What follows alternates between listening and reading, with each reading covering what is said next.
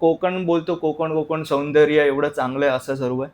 पण त्या मागचा हा ड्रॉबॅक काय आहे, की जो आपण फेमस करतोय कोकणाला, हा. त्याच्यावरून जी लोक येतात आणि नंतर हा कचरा होतोय, परप्रांतीय भरपूर येतात, तो हो. असा कचरा होत चाललाय.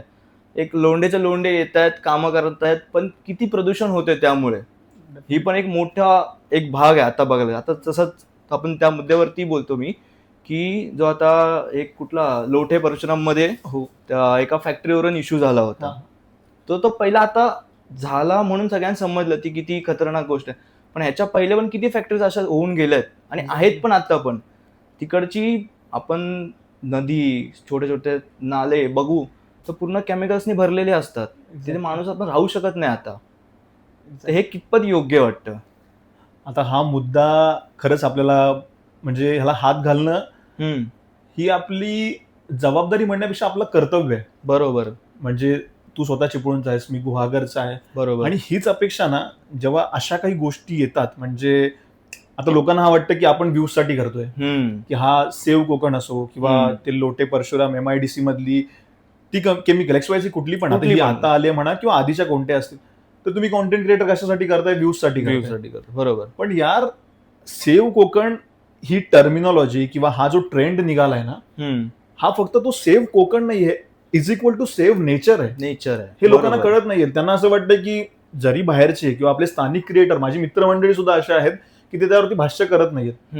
कारण त्यांचं म्हणणं कसं आहे की ते लोटे परशुराम MIDC मधले ज्या स्थानिक आहेत त्यांनी आवाज नाही उचललाय. मग तुम्ही बाहेरचे, म्हणजे आपण तिथले स्थानिक नाही, आपण बाहेरचे आहोत, मग तुम्हाला एवढा पुळका कशामुळे येतोय? बरोबर. तर त्याचं कारण काय ना, मी हे तुम्हाला सांगतो. आता कधी जर तू त्या लोटे MIDC मधून प्रवास केला असशील ना, बरोबर, तर त्याचा संदर्भ असा आहे की तिथून कधी आपण गेलो तर आपल्या ज्या गाडीच्या काचा आहेत वरती करतो.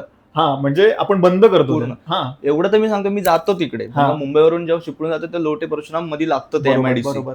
पूर्ण प्रवास नीट होतो. ज्यावेळी तिकडे येतो ना आपण, गाडीचा काचा बंद करून AC पण बंद करावी लागते. एक्झॅक्टली.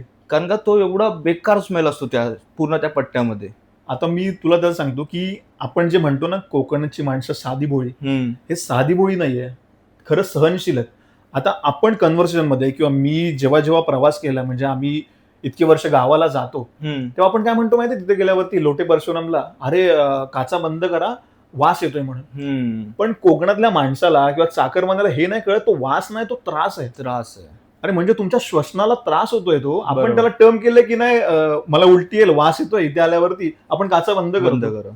मग हेच मला हायलाइट करायचंय की अरे तो त्रास आहे, तो त्या स्थानिकांना पण होतोय, आपल्याला पण होतोय, कुठेतरी जाऊन लांब विघटन केलं जात आहे. पण मला सांग, इटली सारखा जो प्रगत देश आहे त्याच्याकडे पण विघटन कुठेतरी केलं जाऊ शकलं असतं ना. बरोबर. त्यांच्याकडे पण तो पर्याय होता. मग त्यांनी ते का टाळलं? त्यांना भले विघटन कुठेतरी त्यांच्या देशात पण तळोजासारखी जी जागा आहे तिथे पण असली असते ना. बरोबर. मग त्यांनी तिथे पण, तरी त्यांनी बंद का केलं?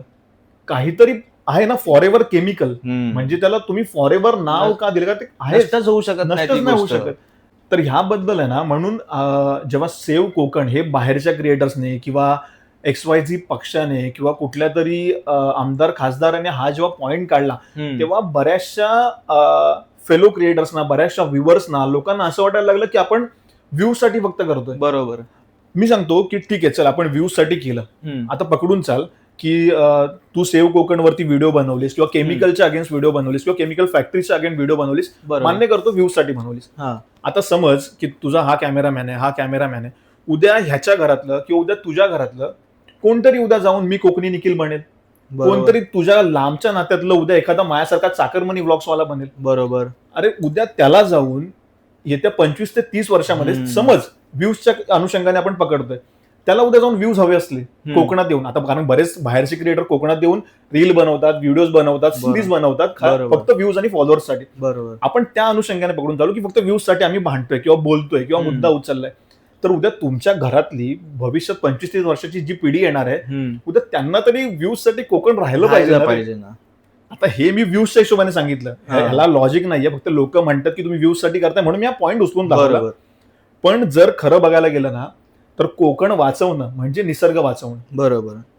हीच एक तळमळ आहे माझी, दुसरं काही नाही.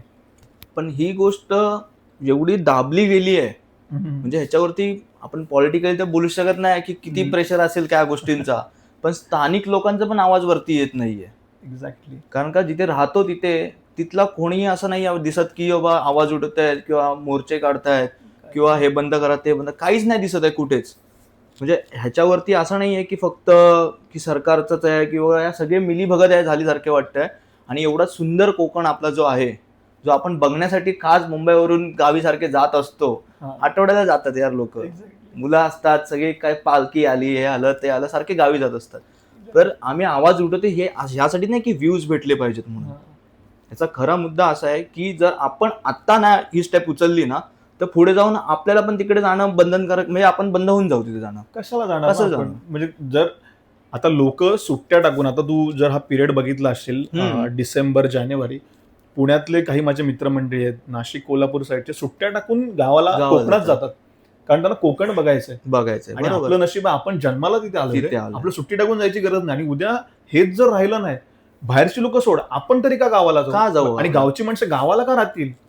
तर हा विषय, आणि आणि त्यासाठी माणसं राहतील की नाही हा पण मोठा प्रश्न होऊन जाईल. तो तर आहे. म्हणजे आता येणाऱ्या काही ह्या वर्षभरात मी सिरीज घेऊन येणार आहे की कोकणात काय होणार आहे पुढे जाऊन, आणि मी करायचंय मला. म्हणजे मी आता एक अनाउन्समेंट करतोय इथे आपल्या चॅनलच्या माध्यमातून, एमएच टॉकच्या माध्यमातून मी ते अनाउन्समेंट करतोय. एक मोठी सिरीज मी घेऊन येतो. जसं आतापर्यंत मला कोकण बघायचंय किंवा कोकणातले गौरी गणपती या सिरीज आल्या, तशी आता एक शिमग्याला लागून एक सिरीज मी घेऊन येतोय, ती अनाउन्स करतोय तुझ्या या चॅनलच्या माध्यमातून. ओके. पण माझं म्हणणं काय, आता ह्यासाठी सुद्धा नाही, सेव्ह कोकण आहे ना, मी कोलॅब ड्राईव्ह चालू केली होती. बरोबर.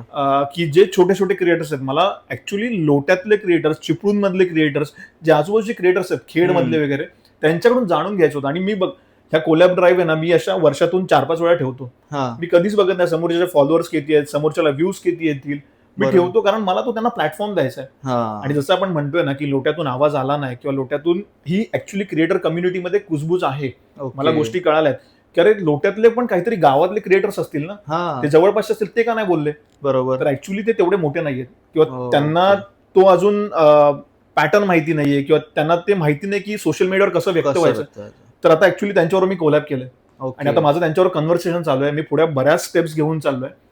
मला तिथे काम करायचंय, मला त्यांच्याशी बोलायचंय की नक्की तुम्हाला त्रास होतोय का. नाही तर असं कसं होतं की अरे तुम्ही बराच आवाज उठवताय, पण तिथल्या स्थानिकांचा रोजगारावरती तुम्ही गदा आणताय. हा पण एक पार्ट आहे. बरोबर. पण माझं म्हणणं काय, तुम्हाला जे काय वाटतंय ना ते तुम्ही मांडा ना. बरोबर. आता एक माझा मित्रच आहे, रत्नागिरीतला क्रिएटर आहे, त्याने मुद्दा पॉझिटिव्ह वे मध्ये मांडला होता की रत्नागिरी सिटी पासून ही जी लोटे MIDC आहे ना, ती जवळपास 100 किलोमीटर लांब वरती आहे. ओके. तर त्याचं म्हणणं असं होतं की मग आपल्याला प्रॉब्लेमच नाहीये काय, असं त्याचं म्हणणं आहे. पण माझं म्हणणं काय की तू मुद्दा मांडलास, तुला चुकीचं बरोबर काही वाटू दे ना, तर त्याचं म्हणणं असं होतं की तुम्ही त्या विषयावरती व्हिडिओ बनवण्यापेक्षा पर्यटनावरती व्हिडिओ बनवा, पर्यटन कसं झालं पाहिजे, पर्यटकांनी काय काळजी घेतली पाहिजे, असं त्याचं म्हणणं होतं. ओके. पण ऍटलीस्ट त्याने स्टँड घेतला, हे माझं म्हणणं आहे.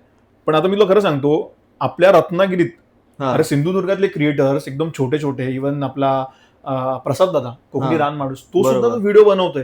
अरे त्यांनी व्हिडिओ बनवली ना की खाली लोक कमेंट्स मध्ये लिहितात की प्रोपोगेंडा आहे म्हणून. म्हणजे विचार कर ना की यार किती लोक त्याला तराजूमध्ये तोलतायत. आणि हेच खतखत आहे रे.